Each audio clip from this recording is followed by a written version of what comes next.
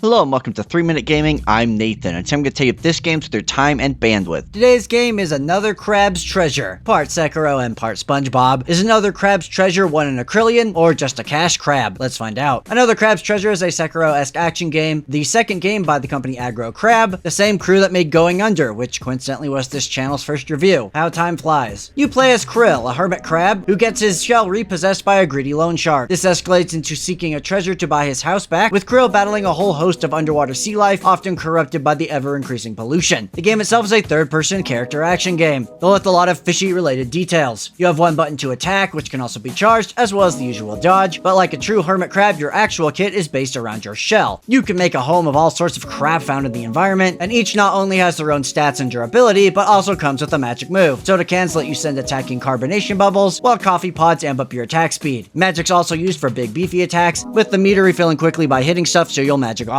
Your shell also ties into the upgrade system. You can equip up to 3 augments that buff you, but they're only active should you have a shell. On the flip side, that shell also serves as a second hit point bar, as you can only really guard if you have one. Should a shell break, you lose all of these buffs, meaning it's a war of attrition for your home. Thankfully, there's plenty of upgrades. You have your usual Souls currency, this time being microplastics, but also gems that unlock new skills via skill tree. This includes stuff like hitting enemies to heal your shield, Bloodborne style, as well as improved counters, weak point attacks, and more. Combat's fast and frantic and fairly difficult, meaning death is right around the corner, though the game does have some robust assist options that can help with that. It's paired with a surprising amount of platforming, along with an early grapple hook to both move around and pull enemies to you. And really, that's Another Crab's Treasure, a third-person action game with some platforming and a heavy emphasis on not being shell-shocked. So what do I like about Another Crab's Treasure? Well, the game has a ton of charm, and it's in the little things like using trash to build cities and levels, the insane amount of sea life puns, and the near-endless references and jokes, to name just a few. Additionally, the shell-based defense and magic system is really clever, allowing for some on-the-fly combat customization and paired with that unique parry mechanic that is satisfying to master. And lastly, I really like this game's writing and story. While it isn't quite as sharp as Going Under, it still manages to have some great themes of environmentalism while skirting the line between goofy and unsettling. When it comes to the bad, the true enemy of this game is the camera, which loves to get stuck in walls, enemies, and just generally pan around in ways that make engaging with the combat frustrating. And speaking of combat, while on a base level it's fun, it doesn't feel quite responsive enough to merit the difficulty, which leads to a lot of unfair and frustrating deaths. This responsiveness is also wonky with some of the jumping for platforming. And lastly, this game has a lot of bugs and rough edges. I fell through floors, had my max health refuse to increase, died from frame rate dips and lag, and more. As you know, I rate games here on a 3-point scale, must play, maybe consider, and don't bother. And I enjoyed Another Crab's Treasure quite a bit, despite its flaws. Its combat should really be tighter for the difficulty it wants to present, and the bugs and technical issues are quite frustrating, but powering through leads to a fun, funny, and engaging action game with tons of imagination and heart. If you happen to be the target demographic, which I assume is people who love Shell-kiro as well as The Little Mermaid, Another Crab's Treasure is definitely worth checking out. That's all I've got for you today. Thank you so much for watching. Have you played Another Crab's Treasure? Are you excited for sea-based Dark Souls games? Please let me know what you think in the comments, but regardless, go out there and give this one a look.